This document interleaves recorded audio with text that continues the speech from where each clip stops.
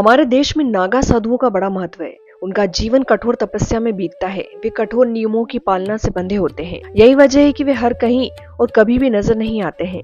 जन सामान्य के लिए कुंभ मेला ही एकमात्र वो स्थान है, वो पर्व है, वो उत्सव है जहाँ नागा साधुओं को बड़ी संख्या में और एक साथ देखा जा सकता है। कुंभ में नागा साधुओं का स्नान सबसे बड़ा माना जाता है।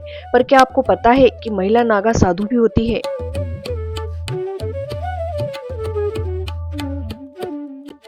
अधिकतर जगहों पर पुरुष नागा साधु ही नजर आते हैं और जन सामान्य के बीच ये धारणा भी प्रचलित है कि महिला नागा साधु होती ही नहीं है। पर आपको ये जानकर आश्चर्य होगा कि महिला नागा साधु होती है और वे भी पुरुष नागा साधुओं की तरह ही कठोर तपस्या भी करती हैं। लेकिन ये बात भी सच है कि ऐसे कुछ ही अखाड़े हैं जहाँ महिलाओं को नागा साधु बनने की अनुमति दी जाती है। अब आपके मन में ये भी प्रश्न उठ रहा होगा, क्या महिला नागा साधुओं को भी नग्न रहना पड़ता है?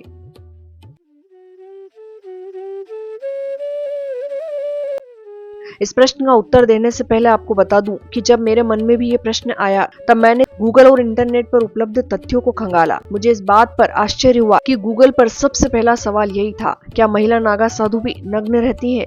हालांकि इस सवाल का जवाब है बिल्कुल नहीं। उन्हें कपड़े पहनने की अनुमति होती है, लेकिन इससे जुड़े कुछ नियम होते हैं। जैसे महिला नागा साधु सिर्फ एक ही वस्त्र अपने शरीर पर धारण कर सकती है और वह वस्त्र सिला हुआ नहीं होना चाहिए। हालांकि कुछ नागा साधु इसका त्याग भी करती हैं, लेकिन वो सबके सामने नहीं आती हैं। दरअसल भारत में सिर्फ दशनाम सन्यासिनी अखाड़ा ही महिला नागा साधुओं को साध्वी बनने की अनुमति देता है, जबकि अन्य अखाड़ों में पुरुषों को ही लिया जाता है। शुरुआती दौर में महिलाओं के लिए कोई अलग से अखाड़ा नहीं था। जूना अखाड़े में ही माई बाड़ा नाम से उनके लिए अलग शिविर का आयोजन किया जाता था। कुंभ में भी जूना अखाड़ा अपने बगल में माई बाड़ा शिविर का आयोजन करता था, जिसमें महिला सन्यासी आती थी। इसके बाद महिलाओं की संख्या बढ़ने लगी और वर्ष 2013 में दशनामी सन्यासिनी अखाड़ा बना। तब से इसी अखाड़े के जरिए महिला नागा साधु बनती है।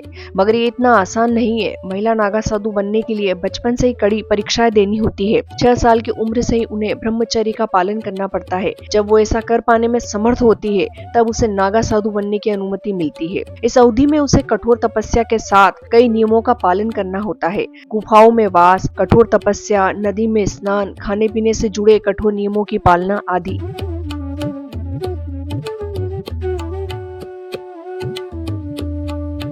असल में अखाड़ा परंपरा में जूना अखाड़ा सबसे प्राचीन है। जूना अखाड़े की एक शाखा माई बाड़ा है, जहां महिला नागा साधु होती है। वर्ष 2013 में प्रयागराज के कुंभ में माई बाड़ा को और विस्तृत रूप देकर दशनाम सन्यासिनी अखाड़ा नाम दिया गया था। वर्ष 2013 में अखाड़ों और शंकराचार्यों के भारी विरोध के बावजूद देश का 14वां और पहला महिला अखाड़ा गठित किया गया। महिला शंकराचार्य त्रिकाल भवंता ने श्री सर्वेश्वर महादेव वैकुंठ धाम मुक्ति द्वार अखाड़ा यानी परी नाम से महिला अखाड़ा स्थापित किया था।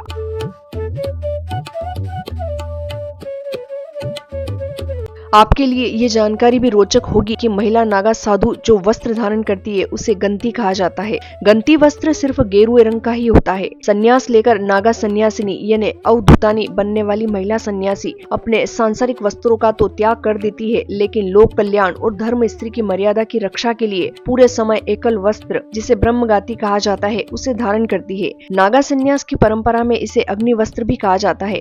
यह सिला हुआ नहीं होता है और पहनने के लिए इस पर गांठ लगानी पड़ती है। गांठ बांधते समय अवधूतानी बनने को किए गए संस्कार के तहत जिन मंत्रों का जाप किया जाता है उन्हें दोहराया जाता है। इस प्रक्रिया के तहत जो गांठ बांधी जाती है उसे ब्रह्म गांठ कहा जाता है।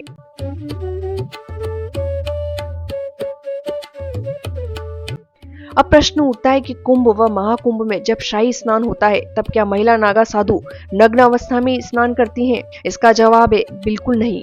दरअसल कुंभ पर्व के दौरान सभी अवधूतानी संबंधित अखाड़े के शाही स्नान, शाही जुलूस और पेशवाई का अभिन्न हिस्सा होती है। वह अखाड़े के शाही स्नान के दौरान अपने क्रम के अनुसार एकल वस्त्र यानी ब्रह्मगाती के साथ स्नान करती है। इसे अभ्रत स्नान या मुसल वस्त्र स्नान भी कहते हैं।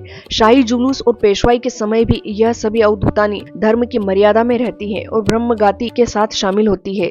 आपको ये भी जानना चाहिए कि महिला नागा साधुओं की आराधना और तपस्या देखने के साथ ही साथ उनके गुरु उनके पूर्व जीवन के बारे में भी जानते हैं, ताकि यह सुनिश्चित किया जा सके कि महिला नागा साधु बनकर वे ईश्वर को अपना जीवन समर्पित कर पाएगी या नहीं। इसके साथ ही कई और नियम होते हैं, जैसे महिला नागा साधु हर वक्त सांसारिक गतिविधियों से दूर रहेंगी। केवल कुछ ही खास दिनों में वो सबके सामने आएंगी, जैसे कुंभ के दौरान महिला नागा साधुओं को देखा जा सकता है।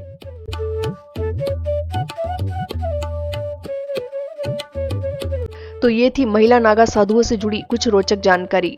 उम्मीद करती हूँ आपको ये जानकारी पसंद आई होगी। यदि आपके पास भी महिला नागा साधुओं से जुड़ी कोई रोचक जानकारी है तो प्लीज कमेंट बॉक्स में अवश्य साझा कीजिएगा। और हाँ, वीडियो को लाइक शेयर करना ना भूलें, साथ ही सब्सक्राइब भी करें। जय श्री महाकाल।